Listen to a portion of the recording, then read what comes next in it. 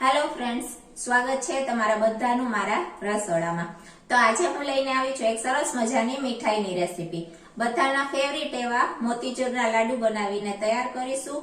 આસાનીથી ફટાફટ બની જાય છે। બાર જેવા જ એકદમ સરસ ટેસ્ટી સોફ્ટ લાડુ બનીને તૈયાર થાય છે। એક વખત આ રેસીપી જોશો એટલે તમે પણ અચૂકથી તમારી ઘરે જરૂરથી ટ્રાય કરશો। અને કોઈ પણ વાર તહેવાર પ્રસંગોપાત નાના મોટા પ્રસંગોમાં તહેવારોમાં તમે આ લાડુ ઘરે જ બનાવીને તૈયાર કરી શકો છો અને શુદ્ધ કોઈ પણ જાતની ભેળસેળ વિનાના લાડુ બનીને ઘરે જ તૈયાર થઈ જાય છે। તો ચાલો મારી રેસીપી તમારી સાથે હું શેર કરીશ, પરંતુ તેની પહેલા મારી ચેનલને હજી સુધીમાં સબસ્ક્રાઇબ ના કરી હોય તો પહેલા જઈને મારી ચેનલને સબસ્ક્રાઇબ કરજો। વિડીયો પસંદ આવે તો વિડીયોને લાઈક કરજો અને ફ્રેન્ડ્સ ફેમિલીમાં પણ જરૂરથી શેર કરજો। તો આવી રીતના એકદમ સરસ પરફેક્ટ ટેસ્ટી એવા મોતીચૂરના લાડુ બનીને તૈયાર થશે। તમે જોઈ શકો છો કેટલા સરસ બન્યા છે। આસાનીથી બની જાય છે, ફટાફટ આપણે બનાવીને તૈયાર કરીશું।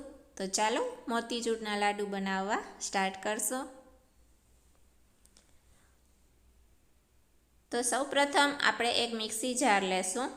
તેની અંદર ચણાનો લોટ લેવાનો છે। જે વાટકીના માપથી તમે ચણાનો લોટ લેશો એ જ વાટકીનું માપ તમે છેલ્લે સુધી રાખશો। મેં અત્યારે નાનો વાટકો લીધો છે ચણાના લોટનો। 2 વાટકા ચણાના લોટનો આપણે ઉપયોગ કરીશું। 2 વાટકા ચણાના લોટમાંથી ઘણા બધા લાડુ બનીને તૈયાર થશે। હવે તેમાં કલર માટે મેં રેડ ફૂડ કલર ઉપયોગ કર્યો છે। ઓરેન્જ ફૂડ કલર તમે યુઝ કરી શકો છો। મારી પાસે અવેલેબલ નહોતો એટલે મેં રેડ ફૂડ કલર ઉપયોગ કર્યો છે। અને આવી રીતના એ જ વાટકાના માપથી આપણે પાણી લેવાનું છે। તો મેં અત્યારે અહીંયા 1.5 વાટકા જેટલું પાણી લીધું છે, 1.5થી થોડું ઓછું। આવી રીતના તમારે માપ પ્રોપર રીતના કરી લેવાનો છે। હવે આપણે મિક્સી જારમાં બેટર તૈયાર કરીશું, એટલે ફેટવાની કે જરૂર નહીં પડે અને પ્રોપર બેટર તૈયાર થઈ જશે બુંદી માટેનું। તમે જોઈ શકો છો। તો એ બેટર કેવું હોવું જોઈએ તે હું તમને બતાવું છું ચમચાની મદદથી। જો આટલું ઢીલું એવું બેટર તૈયાર કરવાનું રહેશે। જો તમે મિક્સી જારમાં ન કરતા હોવ તો તમે એકદમ સરસ રીતના પાણી અને ચણાના લોટને મિક્સ કરી અને કરી શકો છો। હવે તેલ ગરમ થઈ ગયું છે, તો આવી રીતના ખમણીની મદદથી આપણે બુંદી પાડીશું। થોડું બેટર લેવાનું છે અને ખમણીને આવી રીતના તમે ફેલાવજો, થોડું થોડું બેટર એડ કરજો એટલે એકદમ સરસ રીતના બુંદી પડીને તૈયાર થશે। તમારું બેટર છે એ પરફેક્ટ હશે તો આવી રીતના એકદમ સરસ પરફેક્ટ બુંદી પડશે।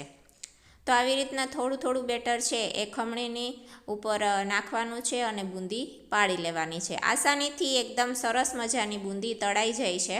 તમે જોઈ શકો છો પરફેક્ટ આપણી બધી જ બુંદી છે એકદમ સરસ પડી રહી છે અને ફટાફટ ગરમ તેલ છે એટલે તળાઈ રહી છે। તેલ એ ગરમ જ રાખવાનું છે, મીડિયમ નહીં કરવાનું। હાઈ ફ્લેમ ઉપર જ આપણે બધી જ બુંદીને આવી રીતના તળી લેવાની છે પાડીને। ફટાફટ તળાઈ જાય છે, એકદમ સરસ ક્રિસ્પી થઈ જાય ત્યાં સુધી આપણે તેને તળી લેવાનું છે। તો તમે જોઈ શકો છો એકદમ સરસ બધી જ બુંદી છે એ તળાઈને તૈયાર થઈ ગઈ છે। તો હવે આપણે તેને કાઢી લેશું અને બાકીની બધી જ બુંદી છે તે પણ આપણે આવી જ રીતના પાડી લેવાની છે। ફટાફટ પડી જાય છે, તમે જોઈ શકો છો। બાકીની બધી જ બુંદી છે એ ખમણીની મદદથી આવી રીતના આપણે તૈયાર કરી લેશું। બસ, તો હવે આપણી બુંદી છે બધી જ બુંદી આવી રીતના તમે જોઈ શકો છો એકદમ સરસ તળાઈ ગઈ છે। પરંતુ મોતીચૂરના લાડુ માટે એવડી બુંદીનો ઉપયોગ આપણે નથી કરવાનો। આવી રીતના નાની સાઇઝની બુંદી હોવી જોઈએ, પરંતુ આપણી પાસે એ જારો અવેલેબલ નહોતો એટલે આપણે ખમણીનો ઉપયોગ કર્યો છે। હવે આપણે નાની બુંદી તૈયાર કરવા માટે આ બધી જ બુંદી છે તેને આપણે ક્રશ કરવાની થશે। તો મિક્સી જાર લઈ લીધું છે, તેની અંદર આપણે થોડી થોડી બુંદી છે એડ કરવાની છે।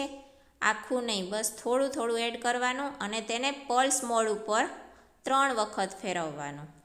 સાવ ક્રશ નથી કરવાનું, ઝીણો દાણો થઈ જાય એટલું જ આપણે તેને ક્રશ કરવાનું। જો આવી રીતના તમે જોઈ શકો છો, એવું લાગશે કે આ બુંદી છે એ ઝીણી ઝીણી બુંદી પાડીને તૈયાર કરી છે એવું આપણું આ બધી જ બુંદી છે એ ક્રશ થઈને તૈયાર થઈ જશે।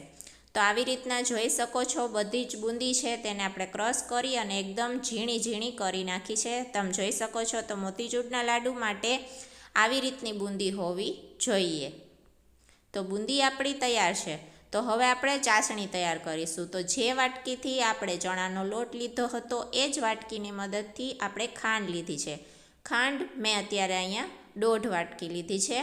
2 વાટકી ચણાનો લોટ હોય તો 1.5 વાટકી જેટલી ખાંડ લેવાની છે અને તેની સામે આપણે પાણી પણ એ જ વાટકીને મદદથી માપનું લેવાનું છે. તો 1 વાટકી પાણી લીધું છે. હવે ચાસણી આપણે ખાંડ ઓગળી જાય બસ એટલી જ આપણે બનાવવાની છે. આમાં કોઈ તારની કે ચાસણી બનાવવાની હોતી નથી. બસ નોર્મલ એકદમ ચીકાશ પડતી થોડી થઈ જાય ચાસણી એટલી જ ચાસણી બનાવવાની રહેશે. ખાંડ ઓગળી જાય એટલે પછી તેમાં આપણે એલચી પાવડર નાખીશું ફ્લેવર માટે અને પછી જોઈ લેવાનું, ચેક કરી લેવાનું કે ચાસણી છે એ ચીકાશ પડતી થોડી થઈ ગઈ છે તો આપણી ચાસણી બનીને તૈયાર છે. આવી રીતના થોડી એવી ચીકાશ પડતી થશે. કોઈ તારવાળી કે ચાસણી બનાવવાની નથી. તો હવે બસ આપણી બધી જ જે બૂંદી તૈયાર કરેલી હતી તે એડ કરી દેવાની છે ચાસણીની અંદર. બધી જ બૂંદી મિક્સ કરી દેવાની છે. એકદમ આસાનીથી મોતીચૂરના લાડુ એકદમ સરસ ટેસ્ટી બનીને તૈયાર થઈ જાય છે. તો બસ બધી જ બૂંદી છે એ આપણે ચાસણીની અંદર મિક્સ કરી દેવાની. હવે ગેસની ફ્લેમ છે એકદમ સ્લો રાખવાની છે અને ધીમે ધીમે આપણે ચાસણીને એકદમ સરસ બૂંદીમાં ઓબ્ઝર્વ થઈ જાય બધી ચાસણી ત્યાં સુધી તેને પકાવવાનું છે. તો આવી રીતના એકદમ સરસ આપણા મોતીચૂરના લાડુ બનીને તૈયાર થાય છે. બસ હવે 3 થી 4 મિનિટની અંદર જ આ બધી જ ચાસણી છે એ બધી જ બૂંદીમાં ઓબ્ઝર્વ થઈ જશે. એકદમ લચકા જેવું બેટર તૈયાર થઈ જશે. હવે ગેસની ફ્લેમ બંધ કરી દેવાની. તો તમે જોઈ શકો છો આપણે મોતીચૂર માટેનું લાડુ માટેનું બેટર છે એ તૈયાર છે. તો હવે આપણે તેને ઠારવા માટે રાખી દેશું. હવે આ બેટરને ઠારવા માટે રાખી દેશું. ઠરી જશે એ પછી આપણે તેના લાડુ વાળીશું. તો બેટર ઠરી ગયું છે. તો હવે આપણે એકદમ સરસ લાડુ વાળી લેશું. તમારે જે પણ સાઇઝના લાડુ વાળવા હોય એ સાઇઝના તમે વાળી શકો છો. આસાનીથી લાડુ વળી જાય છે. મેં અત્યારે અહીંયા મીડિયમ સાઇઝના લાડુ બનાવીને તૈયાર કર્યા છે. તો તમે જોઈ શકો છો એકદમ સરસ પરફેક્ટ આપણા મોતીચૂરના લાડુ બનીને તૈયાર છે. તો બસ આવી રીતના જ બધા જ લાડુ છે એ વાળી લેશું ફટાફટ. આસાનીથી વળી જાય છે. તમે જોઈ શકો છો કલર પણ એકદમ સરસ આવ્યો છે.